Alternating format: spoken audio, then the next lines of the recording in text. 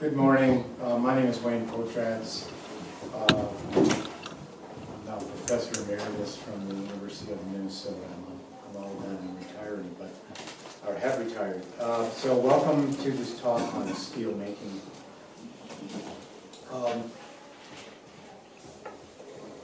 This talk is going to be about kind of three processes: the traditional Japanese Tatara, which is the image you are seeing; a hybrid Tatara that I'm going to demonstrate, which is very easy to make; and then a bit about Wootz process, which is comes originally from India, but I'm kind of doing it again, a hybrid version.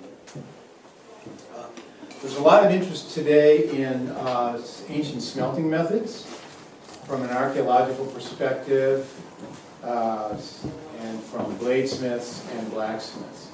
My own interest comes from the study of Asian metalwork and from a desire to get as close to my materials as possible. Making one's own metal from earth, air, wind, and fire is both elemental and kind of alchemical. As Nor Hall in her book Irons in the Fire, and Nor Hall is going to be here, I think is on the program, has remarked, a job that once belonged to shamans and alchemists now belong to artists who swear by the marriage of ecstasy and hard work. As an iron caster, I've studied Asian metal casting and mold making technologies, so it was natural that the Tatara and Japanese steel making would come into my studio practice. In November of 2001, I traveled to Shimane Prefecture in Japan, where I worked with Mr. Akira Kihara. He is a Japanese government designated intangible cultural asset. Isn't that a beautiful notion, the idea that someone is an intangible cultural asset?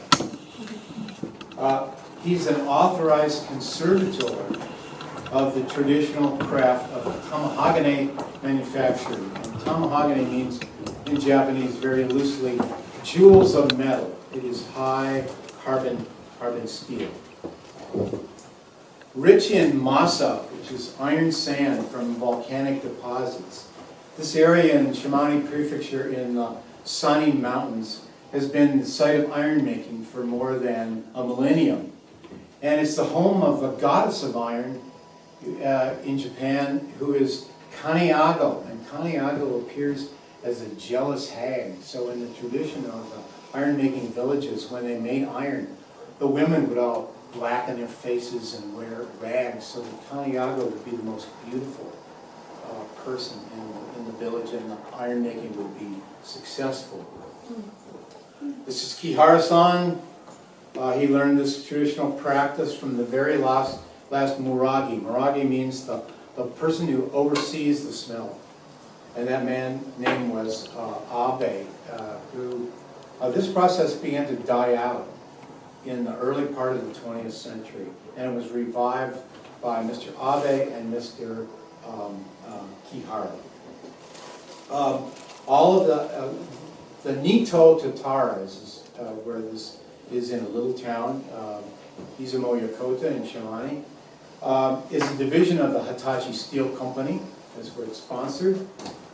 And smelts are conducted under the auspices of the Society for the Preservation of the Japanese Sword.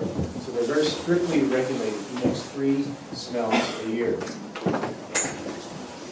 My very first experience with Mr. Kihara was with assisting young Japanese elementary school students to build a small Tatara. So this is very interesting. They dug the clay. They made their own charcoal.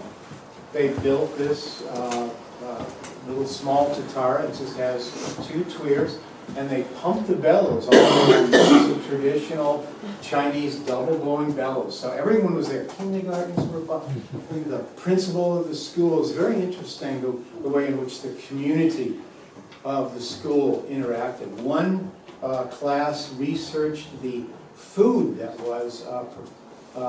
came from maybe 600 years ago, and made that kind of food for our lunch. Very, very interesting. So then I worked with Mr. Kihara and two of my former students to build and fire a Kodai Tatara. This is the ancient Tatara. There's a medieval version that I'm going to show you later, and a current large version. So I went back to Minneapolis and tried making one of these after this experience, and we tried, and then we also did a brick, a similar brick Tatara at the fourth conference. And I realized I really needed a lot more information. One experience of about 3 or 4 days wasn't enough.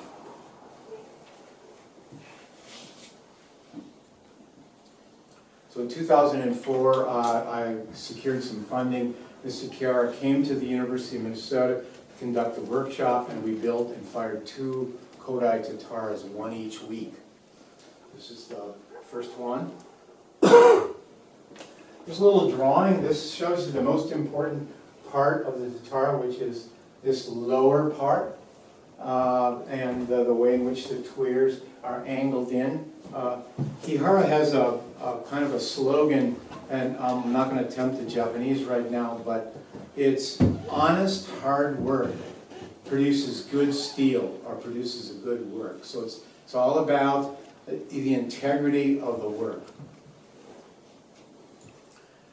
Then this is the second Tatara. This is a more traditional one where this is the wind box and the air goes in through these pipes here rather than directly in. The tweer pipes are plugged with little wooden plugs so that you can see what's happening inside the Tatara. Since that workshop in 2004, we built a clay Tatara each fall, producing tomahogany blooms of approximately 75 pounds. That's about 34 kilos. First step in building any Tatara is the drying of the ground and building a charcoal bed. So here's our pit outside, and there's a charcoal bed. We've been lining these with brick because the ground's not quite as packed. And that bed is about 24 inches, 10 centimeters by maybe 15 or 20 centimeters deep. No, it's 60, but here I got my notes. It's 60 by 60 by 45. And you burn charcoal and you pack and you burn and pack and you burn and pack until the entire bed is filled up with charcoal.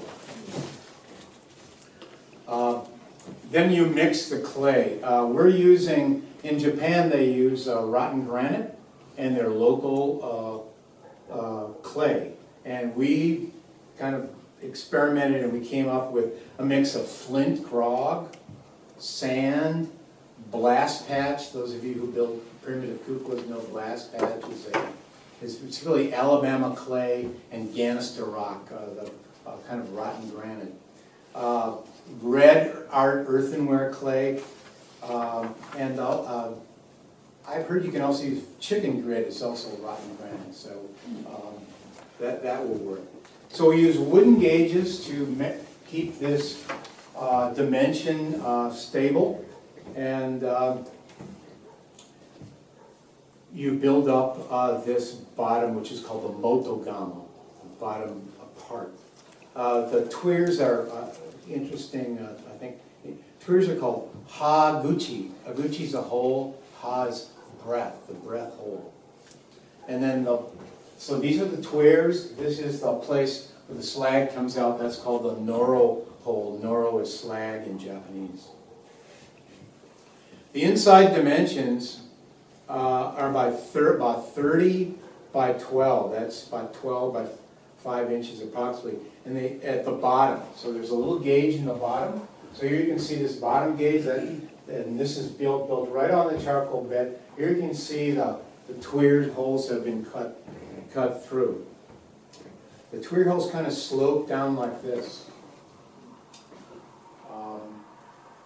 And they're not very far above that opening or the bottom. Here's the okiki stick, one for cutting the tweers and one for cutting the Norl hole.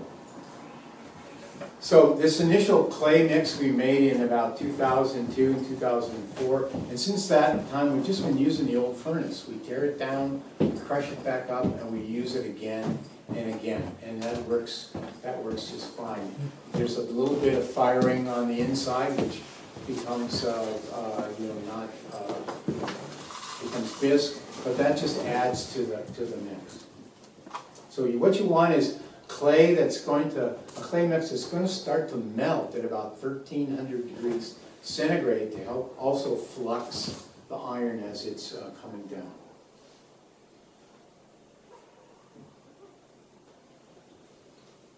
And it's kind of like sculpture.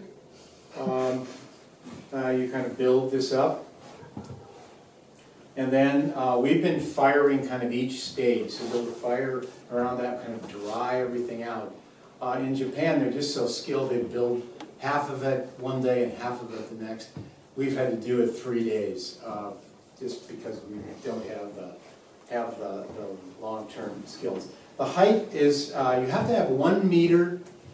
It's about 42 inches, for those who are still measuring based on the length of an English king's thumb. Everyone else in the world uses metric. 42 to 45 inches. So you need 1 meter to make a steel. So this one was about 1.1 meters, 44 inches. Put slip on the inside to make sure the inside is very smooth. So the shaft is straight like this on the side, and then it comes like that on the tweer side, down to this boat-like shape. And then the ends are absolutely straight where the slag comes out. Then you build fire around the whole Tatara. So this is, there's usually a little party that goes on because this takes a long time. We just keep leaning wood up against there and we build this fire and cure the whole thing. It has to be totally dry, but it doesn't have to be bisque. It takes about 6 or 8 hours of work to make it totally dry. So there you can see now that in those little tweer holes, then I have tweer pipes, and they have little glass windows so I can see what's going on. Now the tweer on the inside is very small. It's like maybe about 0.5 of a centimeter, about 1/4 of an inch. It's not very big at all. And the holes are kind of oval-like. So you get this jet of air that penetrates through the charcoal and it creates this very intense fire. So that we put the tweer pipes in, and then there's another pipe. They're all connected underneath, and to a blower, one blower goes on both sides. So 6 tweers. Pure fire is started. The Japanese like to use pure fire, so like a flint and steel. We didn't do that. We used a bic. And you put in about 4 kilograms, about 10 pounds of charcoal, and you get that burning, and you add more until the whole thing is burning all the way up. And then you have to be sure to light, there's charcoal gas, you have to be sure to light the gas, you get that really nice flame coming up. So it takes about 1 hour or so to kind of get all this charcoal burning very well. We keep adding charcoal for about 3 hours. So the Tatara really begins to heat up. Please come in. So as soon as it's really hot and totally ready to go, we start with a little bit of iron, and this is the way the iron in Japan is this iron sand. It's not particularly rich in iron, but I've been using Minnesota magnetite ore. So it's taconite, it's an iron rock. It's crushed and then magnetically it's extracted. This iron ore is about 70% pure iron. So it's really rich, but it's a lot finer. So we mix it up with some water so it doesn't blow out when we put it in. So we weigh up the charcoal and we weigh up the iron. We're using natural hardwood charcoal. The charcoal has to be not any smaller than 1/2 inch. Okay, it's about 1 centimeter approximately, and not any bigger than 2 inches. No bark charcoal either, if you see bark. So all the charcoal has to be cut, and we kind of screen it. We have a little screen with a 1/2 inch, screen it, cut, break all of the small pieces, or larger pieces. Here's the record chart. All the time, and you can see that we started at 7:45 in the morning, and our first charge of iron was right here at 10:30. And that first charge is called the Hatsudani. In Japan, it's a ceremonial addition. So Hatsudani means first seeds, the first seed of iron going into the Tatara. So you put 1/2 of the charge on one side and 1/2 of the charge on the other side. So you wait for the charcoal to be consumed, drop about 4 inches, and then you put in the iron, and then you put the charcoal in on top. And once you start that, you're committed through the entire process.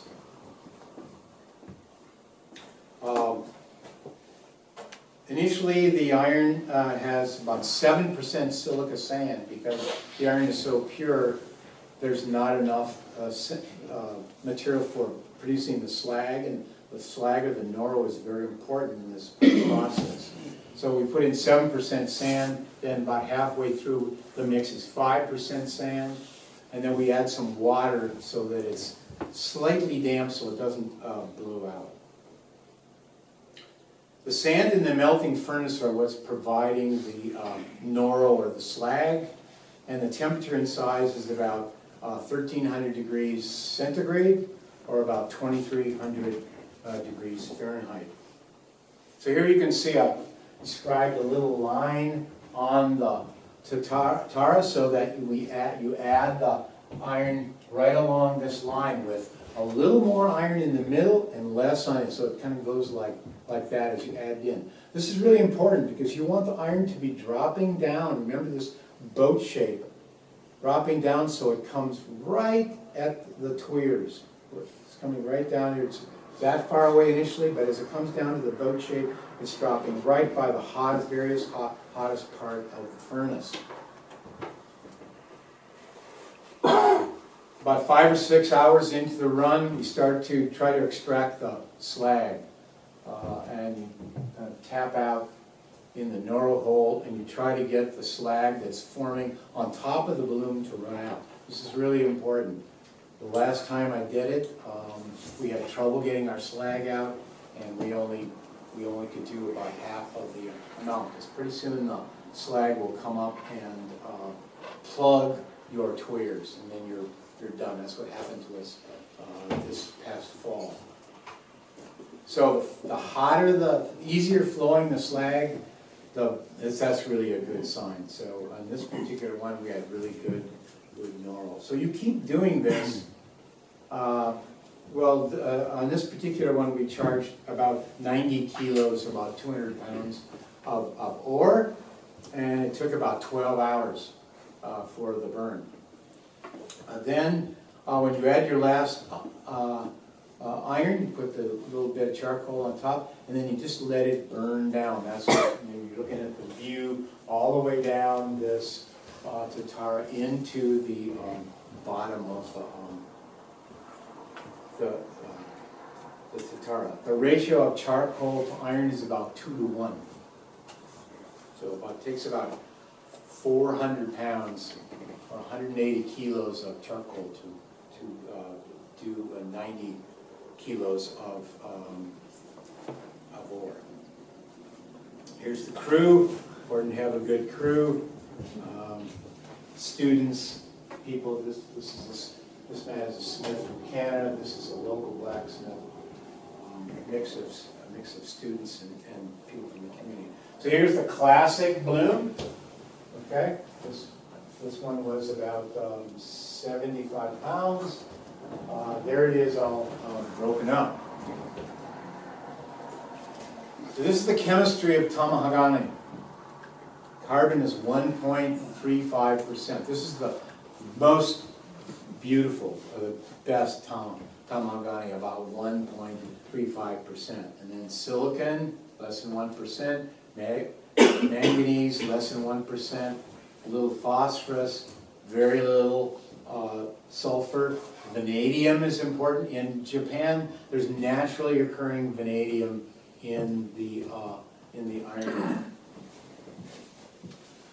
And they also have some titanium, so there's a little bit of titanium Ti there.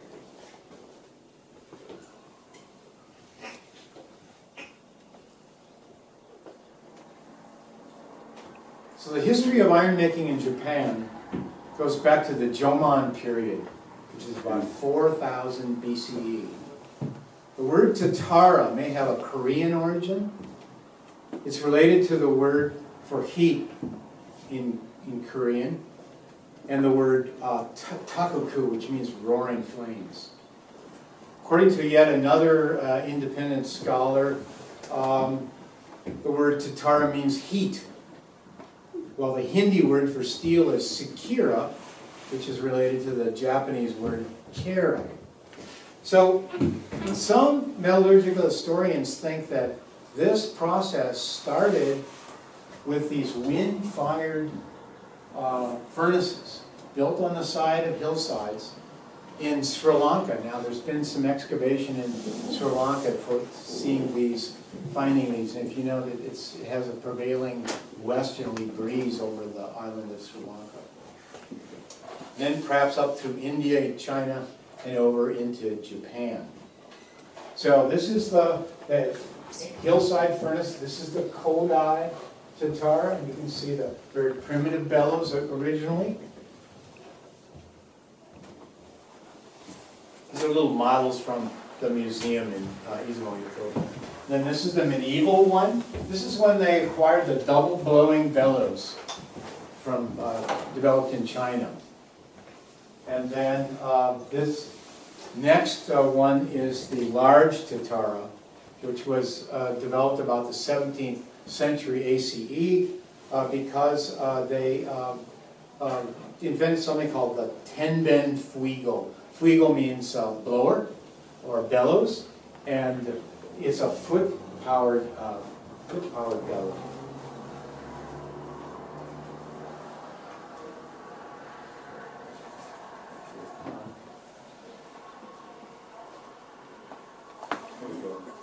So every October in the city of Nimi, in Okayama Prefecture, there's a medieval Tatara festival. And you can go there, and as a gaijin, as a foreigner, you can work. At the big Tatara, you cannot work because they're serious about producing steel. This steel that is made in Izumo is what's used for Japanese art swords, and it's rationed out. You have to be a certified swordsmith to even get a hold of this material. But in Nimi, they make this smaller Tatara. This is the smaller version. It has only about 12 tweers. And this is the wind box. And these pipes are going to double blowing bellows, 4 of them. So, come on. Oh, there we go.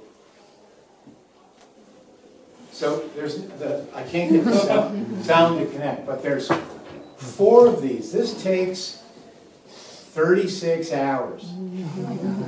So they're high school students, college students, people from the community, dumb foreigners like myself. We all take a turn at the bellows. You're on for 10 minutes, and you have a back person to support your back.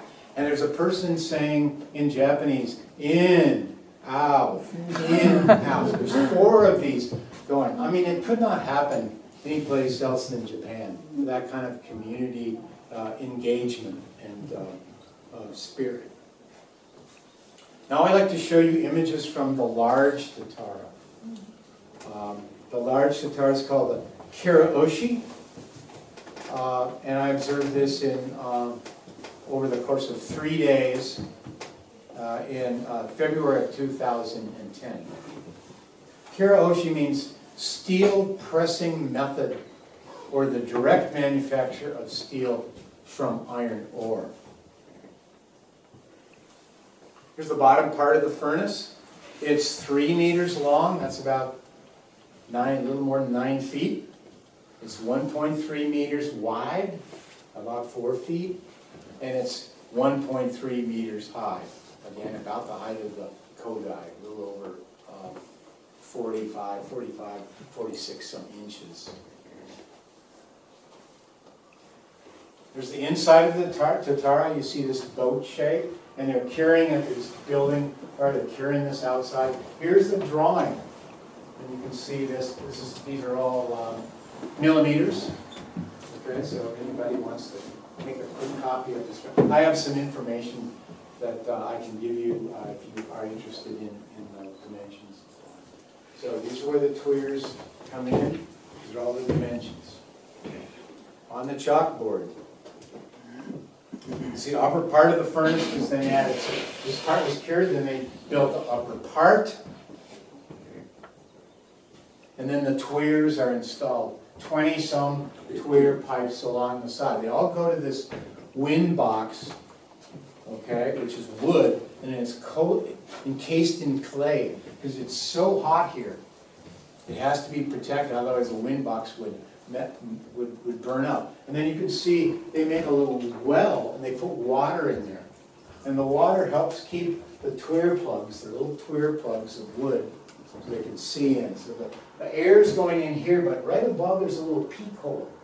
So you can see what's happening inside. And there's a place also to poke the tweers to make sure that they're clear. So the water's up on top also protects this wind box. Then both of the wind boxes go to a very large mechanical bellows. And I'm sorry you're not going to be hearing the sound, but it goes, and it's like breathing. It's very interesting. It's like this fire is alive. It's like the furnace is alive with a breath. So natural pine charcoal. There's their charcoal supply. This is a cross section in the museum of the Tatara. This is what's underneath the Tatara. This is about 3 meters deep. This is over 12 feet deep. You can see this is all built up. This is charcoal logs, and then this is all packed with charcoal. It takes months to do this, but they reuse this charcoal bed a lot by preserving it. I'll show you how that happens. So this is a Tatara cut in half. Here you can see the wind box, the tweers, and you can see how the Tatara has melted. Here's the bloom forming in here. Here's all the charcoal. So the furnace actually melts, and that's what the furnace is kind of propped up. There's a danger if it actually melts too much that it could collapse. They're really careful. You see how it's eating in there as the clay is melting and forming the slag. This is the Tenben Fuego.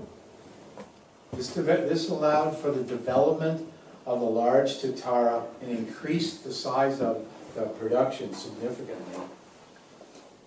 Okay, I think this one works. Come on. Oh yeah, here we go. Oh, come on. There we go. Okay. Imagine doing this for 72 straight hours. I'm sure they had relief, but this is how it works, back and forth like that.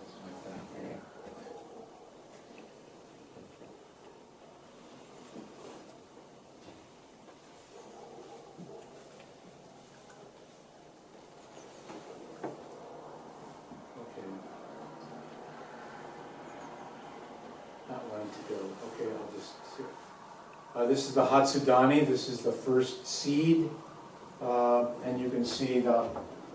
This is the shrine to Kaniago, and of course this is the Shinto. This is the lightning symbol.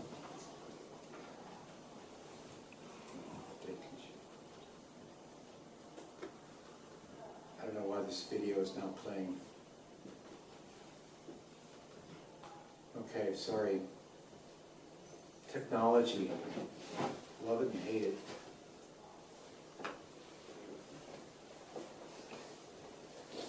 This one's, none of the videos are going to look much, I think. Sorry. This is the slag hole. There are two slag holes. This very large Tatara.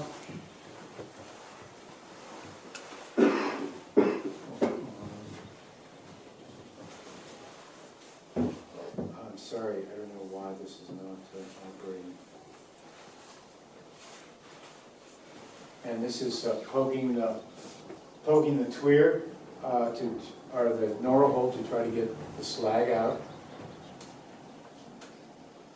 And then this was a really nice video of the slag running out. Let's see if this one will go. Probably not. Oh. Okay. Where am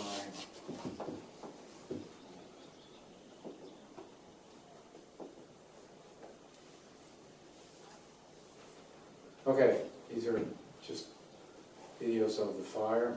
And then after 72 straight hours, and Mr. Chiara is up for 72 straight hours. Doesn't go to sleep. He makes little cat naps. And oftentimes in ancient times, the Murages would go blind, develop cataracts because they would stare into the fire. You know, they had to look at the fire constantly to see what was happening. And he can tell exactly what's happening by the color of the flame and how things are going. Very interesting experience. I think he's about 75 years old. So when the last iron is added, the same thing happens again. It burns down, and then all of this is pulled down rather.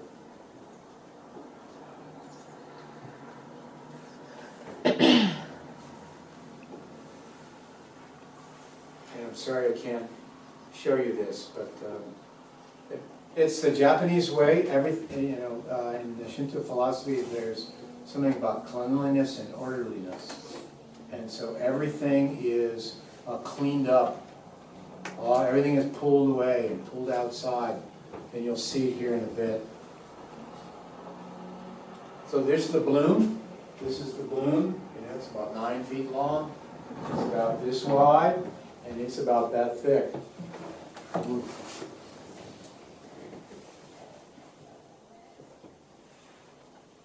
So this is a classic bloom. It's just cooling down here now. And you can see it has these are 2 tenderloins. The very best steel is right in here. And what they'll do is they'll take this, I'll show you this a little bit, they'll take it and break it all up into pieces, and they grade it by eye. Top grade goes there. There's 12 different grades. So the very best steel goes only to a registered swordsmith, and maybe the next steel to knife makers and so on down the line, all registered. They do mechanically pick up the bloom. I can imagine before the 19th century, or before mechanical devices, they did move this all out by hand. So they put it on logs, and then they roll it out outside. And traditionally, you could water quench it. At some of the historical Tatara sites, you see big pits, and they would pull it out and put it into the pit and quench it in water.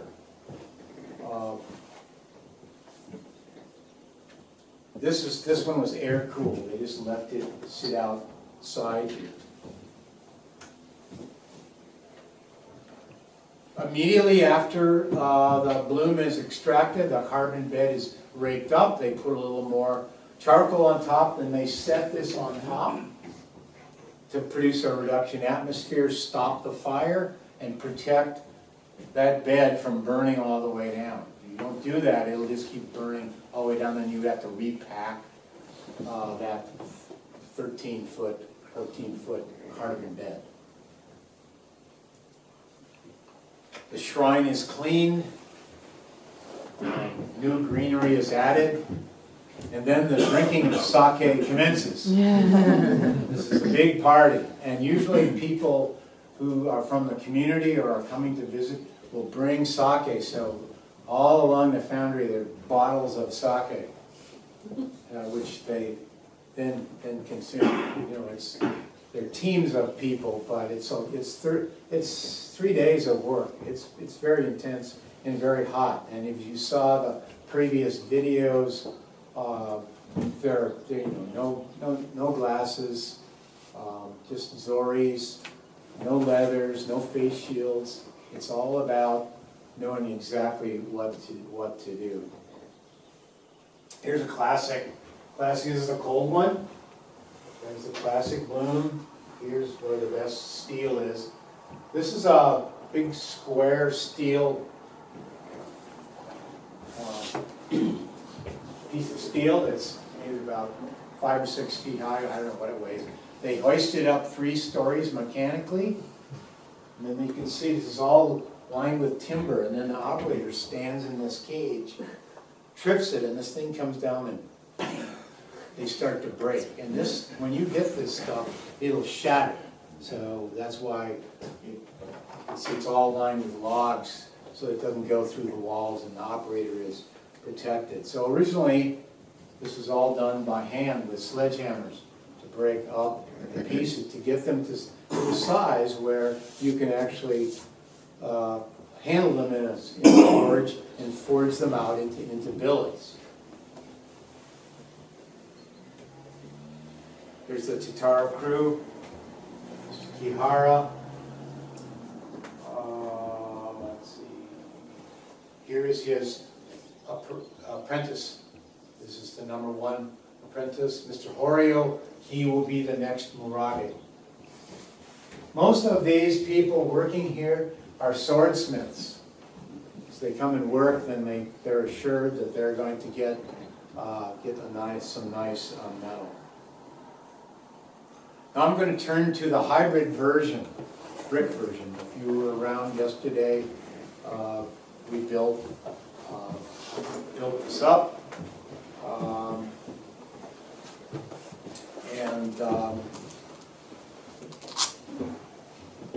It's very easy to build. It's about 13, it's the bottom, and then 13 more bricks, hard bricks, standard hard bricks. And you do essentially the same thing, except it takes a lot less time. Okay, but you get less steel.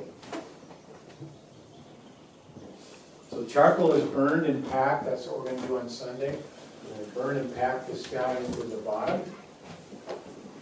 About third brick. And here you can see the tweer. There's just one tweer. It's a tweer pipe. It's about a little less than 2 inches, maybe 4 centimeters. Mine also has a window that you can see in, but you could just use a pipe. It's connected to a blower. So we pack this charcoal, burn and pack, burn and pack. You can also use powdered charcoal towards the end to try to pack it a little tighter. If you want a nice tight, as tight as you can. Bottom. Then there's a steel chimney. It goes up, so it's a little higher. This brick hybrid version. And then on the side is a knurl hole. Here you can see the knurl running out. So the bloom is, here's the bottom brick. There's the charcoal's kind of packed up to here. Here is here's where the bloom is forming, right in this area. So the slag is running out. This was a good one. The slag is very, very liquid. Hopefully that will happen on on Sunday. Though this weather, this wet weather, not a good situation. Also, the Tatara should really be covered. Water and the Tatara do not like one another.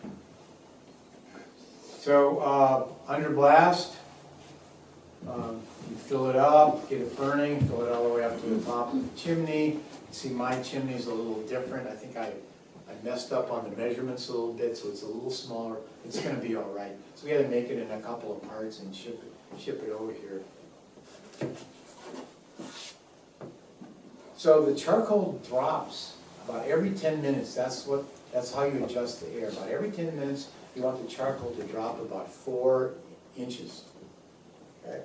And then we add the charges. We're going to charge about 1.5 kilograms per charge. That's about 3.5 pounds. And again, the iron is mixed with about 7% silica sand and water.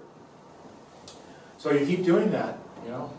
Drops 4 inches, you add the iron. And in this case, the iron is added not on both sides, but just right in the middle. Same thing, more towards the middle, less towards the side of the cupola. So we just add it right in the middle. We have a little shovel that we'll use. Consumption rate, about 9 kilograms an hour. 2, 3, 4 hours, depending on how it's going. And so here you can see the front's been removed and it's burned down to the tweer, kind of the tweer level. So at this point, we've added about 20 to 30 kilograms of iron ore. And then you take the furnace down. So you can see some of the iron is sticking out of the brick here. And it's hot enough that some of these bricks are starting to be glazed, and I've had them even start to melt a little bit, the hard brick. So here's the bloom. And then we like to water quench, because then we can put potatoes, carrots, and make soup. It boils. While water quenching, it makes it a little easier to break the bloom up. Okay, just that rapid temperature makes it a little harder, makes it easier to break up, because this stuff is tough, and if you get a big chunk and you can't break it, it's really hard to cut with 1.2 to 1.3% carbon. So this bloom, the yield is about maybe 19 to 20%. So we got about usually between 9 and 12 kilograms of bloom of iron, of steel from the ore.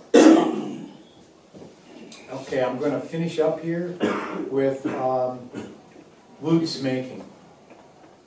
So with both of these Tataras, there's not only a bloom form, but then throughout the charcoal, there's little bits of iron, of steel that have formed, little tiny bits. You know, some of them might be little nodules, some of them are really small. So what we do is we rake all the charcoal out, take a magnet, and we collect all that little bit of iron. And then what I've been doing is I've been taking those little bits and I've been putting them in small crucibles. And I've been making some of these crucibles myself. So I can, because you got to break the crucible. So it's expensive if you buy a lot of small crucibles and have to break them up. Wootz is steel made in a crucible. It originally originated in India about the 3rd century BCE. Iron ore in India has a lot of vanadium, some titanium, so this produced these cakes called Wootz cakes, and these were traded all the way into the Middle East, into Damascus, thus the name for pattern welded steel, Damascus steel, because that was, as these were forged out originally, this kind of pattern developed. And then, of course, people pattern weld by using different kinds of steel to make different kinds of patterns. I'm not a bladesmith. I have made some blades. I'll show you a few in a bit. So you put the little bits in the bottom of the crucible. You pack a third of it with charcoal, then you make a little refractory top. Put those in the furnace, gas-fired crucible furnace, on a little kiln shelf, and cook the crap out of it for 5 hours. I mean, it's yellow bright in there. Hopefully you're not paying for the gas. We're lucky at the University of Minnesota. We're not charged for the gas. Here they are finished up. Okay, and here breaking it out. Some commercial. This shows you the location of the Wootz cake inside the crucible. Here's another one. You can see how this top fits on. Here's where the bloom is. There's the bloom. So I've been really liking what these look like, and I've been using some of them in my work. Here's a whole sequence, some bigger crucibles, medium size, and then some really tiny little crucibles. These are really nice. These are really dense. This one is a little more spongy. You can let it go long enough. This one's real spongy. I like the way it looks. So here's the piece at the Towson Museum. Some bronze casting, some iron casting, and then there's a little Wootz cake on the top. Here are a couple more pieces with Wootz cakes. And here's a piece called Shaman's Hoard, and this is some of the tamahagane. These are the billets that I forged by taking the tamahagane, putting it in a forge, and then you have to do this very gently, or use a hydraulic squeezer is even better. Squeeze it, squeeze out all the slag and impurities, or tap, tap, tap, tap, tap, very gently, tap, tap, tap, tap, tap, consolidate it, forge it into a little block, and then forge it out, fold, forge it out, fold. This one is 16 times. This one is also 16 times. This is one of my first knives. This is a later knife. Has also, see, it's a little pattern welded. It has some steel from a jail from somewhere in Illinois. A friend of mine got this steel, and we made this together. I was studying with him a little bit. Here's another one, again with knives. So I'm not a bladesmith. I'm taking this from the sculptor's point of view. So fish skin, wood, handles, various components of that the knife maker would just laugh at. They're so fussy. More information. This is a nice website. This one, excellent website. Will give you all the information about the Tatara you could possibly want. That's Wikipedia, of course. Here's a website with the brick Tatara, Wootz, Wiki, Door County Forge. This is Rick Furr. He's a smith from Wisconsin. And if you saw, he recently did a reproduction of a Viking-era sword starting out with Wootz. And that's was a PBS video. You can look it up. Secrets of the Viking Sword, I think. There's also an excellent one, Secrets of the Japanese Sword, where you would see Mr. Kihara making the steel and then following the process right in. Those are PBS, Public Broadcasting Service things. So thank you very much. That's the conclusion. I got 4 minutes before noon for any questions. And I'm around during the conference. Just pick my brain. That's what we're supposed to be doing. I should go back to Minneapolis having no brain whatsoever. Thanks for coming. I appreciate it.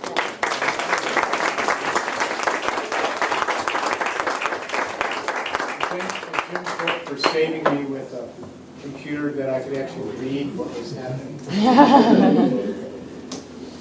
Any questions that anybody has? So how long have you been doing this? About 2 years? I first went over in '99. Okay. Have you seen Princess Mononoke and how accurate is it for the iron making? You know, I haven't seen, I know about that, it's a story and a little animation, right? Yeah. It comes up if you search Tatara, that story will come up, but I haven't really taken the time to look at it, so I don't know the accuracy. It's about the Tatara. Yeah, question? Wootz pellets, like, was the Crucible ceramic? It looks like it was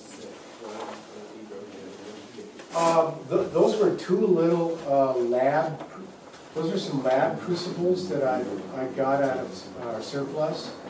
Some science department didn't want to use them anymore, they were little small ones. But I've made them, there are a couple of good formulas on the web for making your own crucibles. Some of them are pretty simple, just maybe 3 ingredients. Some of them are a little more complicated, but they work. You just fire them, and then it's fine from there. Yeah, if you want to make your own crucibles, you can do that. I mean, let's face it, we owe the metal casting tradition to potters. Potters were the first ones to develop the heat necessary to be able to cast metal, and it all flows out of that ceramic tradition. Yeah. Yeah. Have you tried the forging of the Wootz? I haven't gotten to that yet. No, haven't tried. It's the next thing to do when I don't have to teach you. What is the point if you make it yourself iron, or you can buy it in some factory produce also? That if you Yeah, that's a very good question. I think in traveling in Asia, Asian artists I think have a spiritual connection, a connection that's like right here in the center of their body or in their heart, let's say, or they have a spiritual connection to their materials, and I'm interested in that. I'm interested in a very intimate connection with my materials. That's why I like metal casting. That's why I like the process of working. Okay, so this is also about work. So it's work and process. And my long-term study as an artist is how does the working process change the aesthetics of what you make? Okay, and that's why I've gone to different cultures to see, well, if I work in this Japanese way or use these Japanese techniques, how will it change my aesthetics? How will it change what I think about beauty? How will it change my work as an artist? So that's what I'm interested in. So yes, it's almost madness, isn't it, to go through all of this to get a little small chunk of metal, but it's interesting. And then I've been a university professor, and it's research, and it's research that people in other disciplines can understand. Most disciplines can't understand. Let me just play in my studio as an artist. But they can understand, let's go somewhere, learn something about another way of making something, and then apply that. It's a good way to get funding. So I've gotten lots of funding from my university because people who read these grants are scientists, they're historians, they understand that if going somewhere, doing research, coming back, and then doing something with it. So that's the reason. That's a very good question. It is madness. Well, art is madness. We all have a kind of madness. Schizophrenia, art.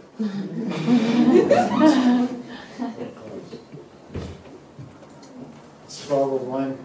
You all probably want to go eat. Thanks a lot.